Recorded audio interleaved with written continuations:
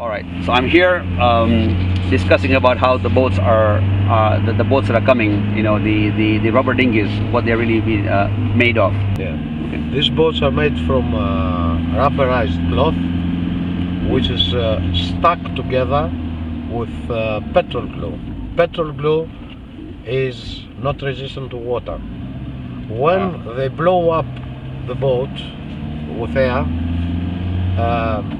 and the people are boarded on the boat, they go into the sea. After about half an hour, 3/4 of an hour, the boat starts losing air. They give them small air pumps to keep the balloons full of air, but if the hole, because the two bits of of rubberized cloth are stuck together and they open, if the hole is too big, then one part of the boat is not, the balloon is not full of air. Yes. And that's how people fall into the sea. Right. And you get people who drown, children, things like that. Right. In your experience, I don't know if you had this experience, but you see those we know the size of the rubber dinghy, and I've got that on video. What is the general capacity of those boats? How many do you think they can generally carry, or that they should carry? If the boat is made of proper rubber, then they can carry 40 people. Okay. But these boats are not. It's an one-off job. They perhaps they pay $200 per boat, which the real cost if you buy a proper boat is about $2,500. Right. Okay. So these people are the crime they are doing. They are getting money, which is enough to pay for a proper boat and a proper engine. The engines, all the engines, they are Chinese. Right. They, for half an hour they work and then they start having problems. And the people, they are left in the middle of the sea with no engine. And if the wind is over 4 on the Beaufort scale, then it's very dangerous for them to fall off, because the waves go over the boat, the rubber becomes slippery, and they slip off the boats. Right. Well, okay, so that's how we see many accidents happening on the way. This is how people drown. Right. I would say 80% of the people who drown is because they slip off the boat, or because the boats, they are deflated, because of the poor quality of the boat. Right. So we have seen some of these boats blowing up today. I saw one of those rubber dinghies blowing up. I couldn't imagine. I can't remember how many people were there. There were quite a number of people. So and when you look at the boat, I just saw that on the floor they're putting some wooden or some hard plastic flooring. Yes. To allow people to sit in the middle. That plastic flooring, all the wood, the purpose of it is to put special handles, so the people who are inside, they keep hold of the handle so they don't fall off the sea.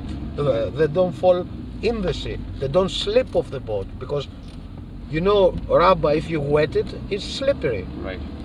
This is the problem. They don't have the special handles you need to have in the boat, so the people to get hold on, so they don't fall off. Right.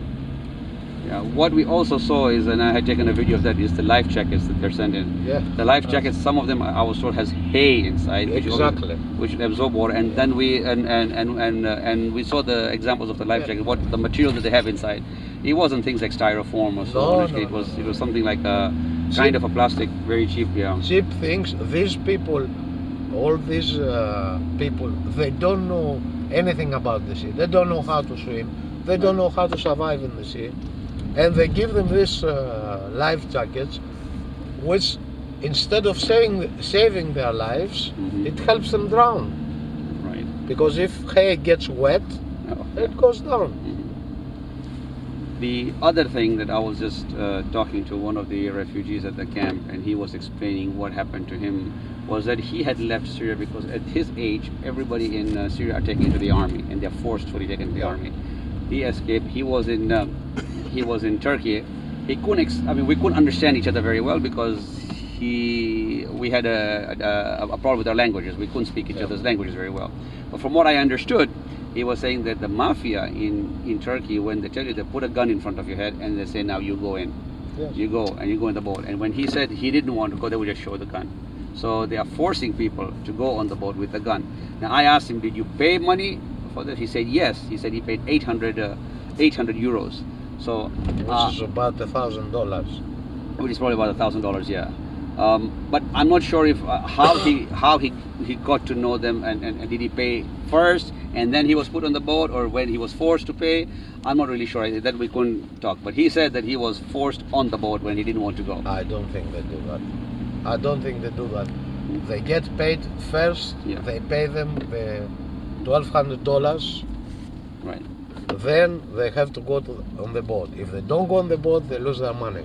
Yes, but they Okay. put the guns on the heads. Yeah, I've heard quite a few people talking about use of Yes. guns. The mafia carry guns with them. Yes, So- because they need to make them go, so other people will come. So if they don't go immediately, then they're stuck on the beach, and they don't. The mafia doesn't want a lot of people around the beach, because then the police Right.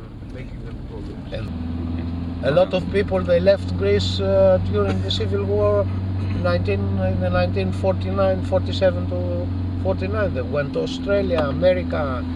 At the beginning of the century, a lot of Greeks, they left and they went to America. So the Greeks, they know what's to be a refugee. Right. And you've seen, everybody's helping. Right. Because before all these organizations that were here, it was the local people who were giving them food, clothes, protection. We even take them in our houses. Yeah. The Greek state was paying for their food a few months back. There were no organizations, it was no United Nations, nobody was here. The Greek state was paying for their breakfast, for their lunch, and for their dinner. And we're talking about thousands of them. And there were times where we used to go and feed 7,000 and 8,000 people in Moria. So How long ago was this when you're talking about? in the spring, August. August? Yeah. August, yes, August and September was the bigger numbers. So there weren't many NGOs here in August and September? Nobody. Not even one. Nobody. Really? No. This has all happened more recently? The last 2 months. Wow. The last 2 months. And the thing which is, how can I say, Hurting. it's not nice. Yeah, Is painful. all these people, they come with money and they don't sit down together all together to organize. I'll give you one example. Everybody who wants, who comes from Europe, Mhm. they bring, I don't know if you have the time to go and see them. I can't say it's a kitchen. Mhm. Something like a kitchen. They put it outside. Mhm. They cook. Oh. They cook meals for these people, Mhm. which is, I mean, if they get food poisoning, we are going to have masses of people being poisoned. Mhm. And the bad thing is the local hospital, it's not a big one.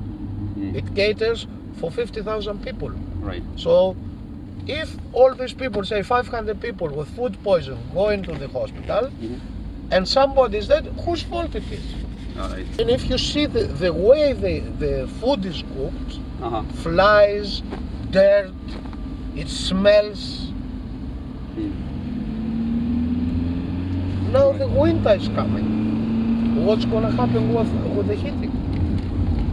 Right. You'll see all the huts there in Moria, or like these huts that were in Oxia. Right.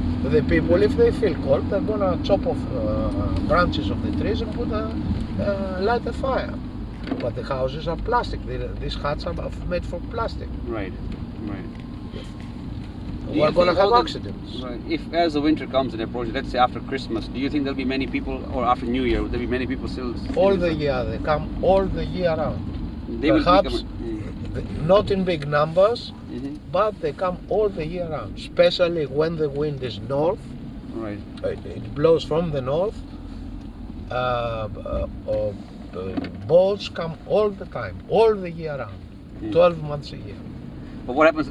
Will there? Do you assume there'll be that many NGOs working? Because right now it's a holiday time. Some people are I here. don't know. I don't know. I don't know. This is the first year, I guess, with so many NGOs working. They've been here 2 months. Right. I don't know. Do you have any information about how the work is going on other islands? Like Lesvos, I guess one of the most famous ones. Lesvos is the biggest. It has the biggest inflow of refugees of all the islands. I see. Okay. The other islands, it's 400, 300, 200 a day. Here, there were days where there's 6,000, 7,000. I see. But as winter approaches, the situation is going to get worse. Even if there is 100 people. Right. But can you imagine them with temperatures 2 and 3 degrees centigrade, coming out of the sea wet, and go down to Moria? We're going to have, I think, people dead.